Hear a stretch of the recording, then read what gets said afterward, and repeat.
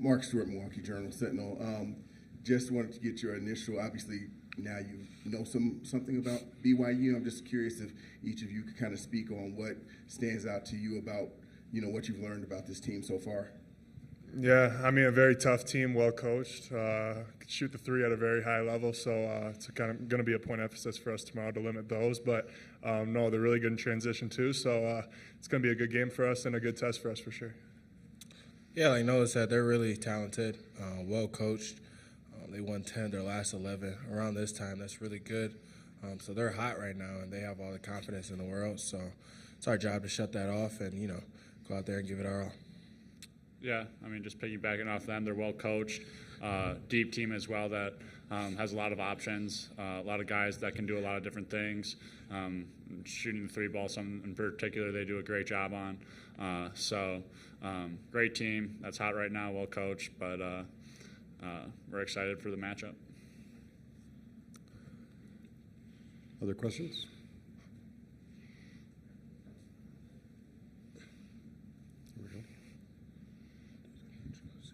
I have a question, John. With just one day to prepare, what do you want to know specifically about your opponent to help you get ready for a game like that? Are you talking about just in general? Just in general, like when you just have one day to prepare. So what are the things that you want to lock in on? Probably just their sets and how they guard. I think that's the main thing. Effort and energy, that's all on us. We got to bring that every single game. But as you match up with one day ahead of a team, you just look over the sets, what's made them good, what got them going, what do they do good, and then defensive-wise, how do they play? Do they get after you, or what kind of coverages do they show? So, yeah. Nolan, a lot was made of kind of the altitude thing, the elevation thing, BYU obviously being accustomed to it. After being here 3 or 4 days, have you noticed it all? Is that a thing, and was it a thing in your game the other day? Yeah, maybe a little bit, but I mean, obviously we came from a Big Ten tournament where we played 4 games in 4 days, so we knew we were going to have to recover no matter where we were going. So I think with our strength coach and the whole team as a unit, we did a really good job of just recovering, staying hydrated, doing all the little things. And when the game came around, I mean, we all felt pretty good out there, and maybe it kind of shocked us a little bit at the first with altitude, but I think we adapted to it pretty well. And with practice yesterday too, and practice on Monday or Tuesday, whenever it was we got here, I think we're pretty accustomed to it now.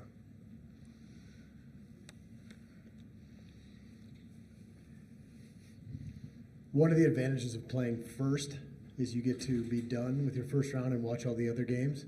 Did you guys watch games yesterday? What was that like? Just feeling like, okay, we're already in the second round. Yeah, that was fire. You get to watch, you get to, especially when you win, you get to watch all the rest of the games, see who you potentially could be playing and stuff like that. So, and you get to chill out the rest of the day. So, yeah. Yeah, I mean, I think it was pretty cool. I think let it set in a little more, too, after the Big Ten championship and the quick turnaround coming back here. We spent a lot of time recovering, practicing, just getting ready for the last game. So it was nice to kind of get that win, settle in, and really let March Madness sink in. It's always been a dream of ours to be here, so definitely cool, and then fun to watch the other games as well, and can't wait to go watch some more after this. Coach Greg Wrubell, BYU Sports Network. Any viable comparisons among Big Ten teams to BYU from what you've seen? Ourselves, for one. No, they're impressive. I've seen a little bit of them throughout the year. Obviously, sometimes it's later night in the Midwest, a little different time zone. But Illinois, a little bit. Illinois shoots a lot of threes. Yakichonis, their point guard, is very similar to Denham. Just big, really good in the ball screens. I think BYU may have even more shooters than Illinois. There's different traits or pieces as we go throughout our league. The thrust and transition pace they play with is similar to a Michigan State. But like I said, I just really, obviously for any team that's playing right now is really good. And there's a lot of comparisons of teams that we played against. We're here. Hey, Mark Kisla, Denver Gazette. My question is, you and Bo before you have built a very strong brand of basketball success for basically a generation now. In this time of upheaval or chaos in college basketball, is the brand more important, less important? Is it more important to know what you stand for and how you go about your business, or is it more important to adapt and change with the times? All the above. Yeah, no, I think that's a great question. I could go on for hours about how we've tried to evolve and embrace, and I always say run to it, don't run from it. So we've had to evolve. We've evolved off the court. Obviously, everything is changed with the portal and NIL and everything, and we've also evolved on the court. We've shifted kind of and changed how we played, but at the same time, not forgetting and not de-emphasizing the pillars of success that we've had over the years, and being fundamentally sound, being tough, being good defensively. I think those are the keys for, first of all, trying to win in the Big Ten consistently year in and year out, and then evolving as the game has changed and it's become more of a three-point transition, analytic-driven game. Some of the professional things in pro basketball, whether it's the NBA or in Europe, have trickled down to college, and you're seeing it. You see it with BYU, you see it with us, you see it with other teams in our league, and I think that's, you have to continue to evolve and continue to adapt and continue to grow. But at the same time, we know what works at the University of Wisconsin, and probably more importantly, we know what won't work at Wisconsin. So, and that's on the court, off the court, classroom. All those things are still important. They don't get less emphasized. We just add a few more wagons to the train, so to speak. Yeah, I think understanding, who we are, and knowing who we are, knowing what makes us successful. Wisconsin's a really good academic school. It's one of the best in the world. So getting your college degree is still important, but I don't hear that talked about. When was the last time you heard APR, or graduation rates? You don't hear it, but we still talk about it because, for these guys, there may be a handful of them that get to play after college and get paid to do so. But for most of them, and even the guys that do get to play after college, they won't probably play long. If you look at the data behind it, what are you going to do for the next 60 years of your life? So trying to really give them a perspective. I think what helps me is I have my own son on the team, so I can kind of look at it through that lens too as a father, and what would I want a coach telling my son in terms of helping set him up for life and preparing for what's going to happen once the air goes out of the ball, so to speak. Okay. Hey, Coach, Eddie Pels with AP, kind of keeping on the same topic. Do you like coaching as much now as you did 5 to 7 years ago? I do. Yes, I don't do as much of it because there's a lot of other things that go into that other hats I wear, and obviously around the evolution of NIL and how that's grown, and how our staff has really taken a fundraising approach to it and tried to really communicate the importance of it to our donors and our supporters and give them really kind of educate them, so to speak, on it. But yeah, it's definitely has changed. You become more of a CEO than you do a coach. I probably do spend less time on out-of-bounds plays than I used to 10 years ago. But it's like going back to his question, you have to evolve and you have to embrace the change. And I think we've done a really good job of staying, in our own way, staying on the cutting edge. Back here. Coach Mitch Harper, KSL Sports in Salt Lake City. Curious if you've crossed paths much throughout your coaching or basketball career with BYU at all. We played BYU 2011 in Chicago, right, in a tournament. It was after Jimmer, right? It was after Jimmer had graduated or gone on. I'm trying to think who was coaching BYU. Dave Rose? Okay, yeah. So I was an assistant at that time. So that's the only time. I've never crossed paths with Kevin Young. He had a different track in his career through the NBA and G League, and obviously he's done you can definitely tell he's worked his way to where he is, and he's put a lot of time in unpopular places. He hasn't had the complete in terms of where he's coached and what he's had to do, and so yeah, it's that's the last time we've crossed paths with BYU is 14 years ago.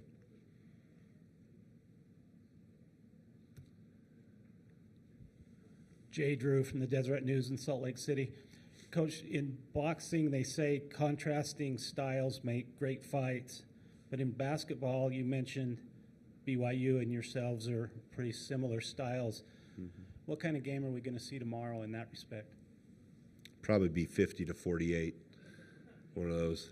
No, I mean, basketball, I mean, the game, it's not overcomplicate the game. I mean, it's still about, you know, trying to get high-quality shots. You know, if you can get the good ones early, great.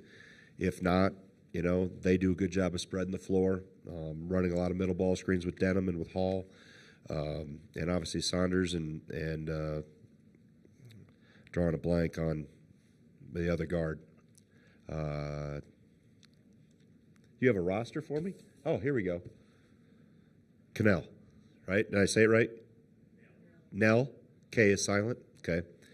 Anyway, he's a good player, no matter what his last name is. So, and then obviously, you know, Kata inside and Traore and the others. So it's, you know, we're going to have to guard them well. They'll have to, you know, hopefully guard us well, or maybe they don't guard us. Hopefully they don't guard us well. But, you know, they change some defenses a little bit, do a little, you know, quarter court pressure.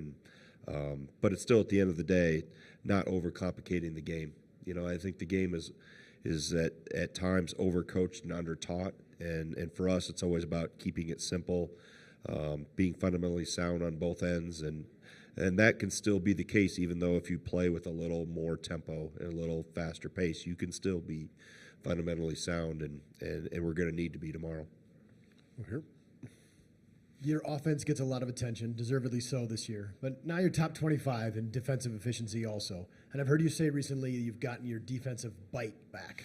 What does that mean? Well, I think, you know, the bite means are we alert? And I actually have added bark to it as well, bark and bite, meaning we're loud, we talk, we communicate. So just how physical we are with ball screens, how physical we are with following our rules within the defensive system and concepts that we have, how physical we are in the glass, defensive rebounding, how good we are in transition defensively.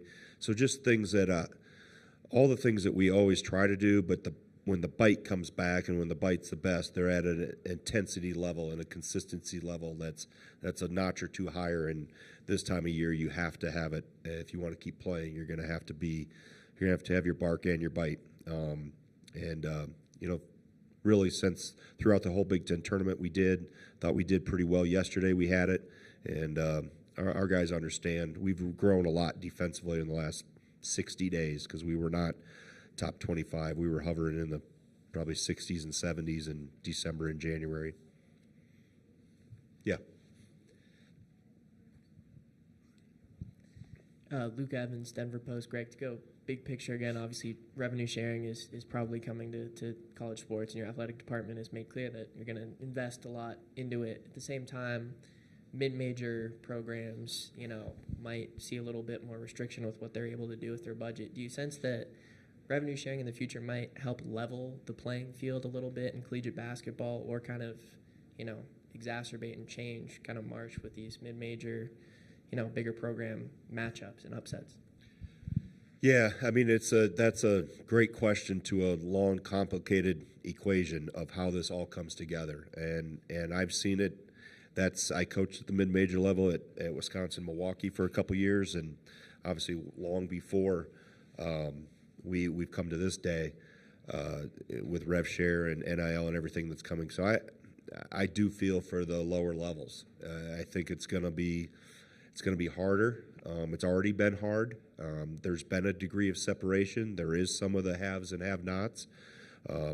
My fear is that if this doesn't continue on this path of rev share and trying to have parity across the board, that we're going to continue to the have and have-nots are going to go even more, and you may even see it not even just with quote unquote high major, mid major, and low major. You might see it even within leagues, just because it's such a, you know, we're we're all working out of a different playbook, quite frankly, and it's all come at us so fast with, I don't know where this all goes.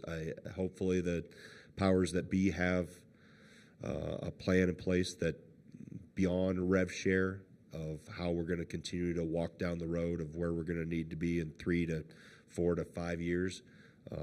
I don't think rev share is the complete and final answer.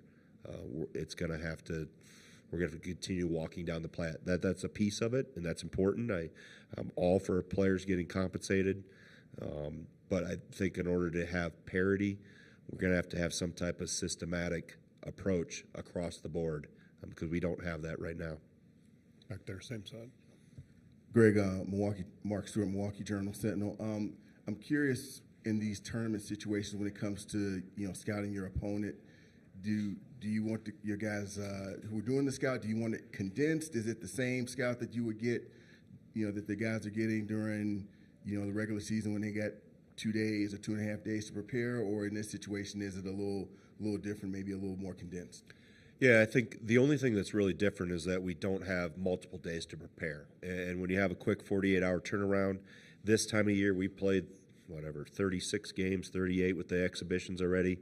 The on-court physical contact time is basically eliminated. So you're doing more of the mental and the visual approach to it. And the recovery and the rest is more important than the physical contact on the floor. So the actual report itself and the film that we see is the same, but the actual reps that we go through it, that typically if you had a 2 or a 3 day preparation or for example a 4 or 5 days like we had for Montana, you'd have more actual on-court time in live action. We're far enough down the road now where that isn't applicable and necessary at this time. And but film wise, they'll see. We've already gone through some, and we'll do more again tomorrow.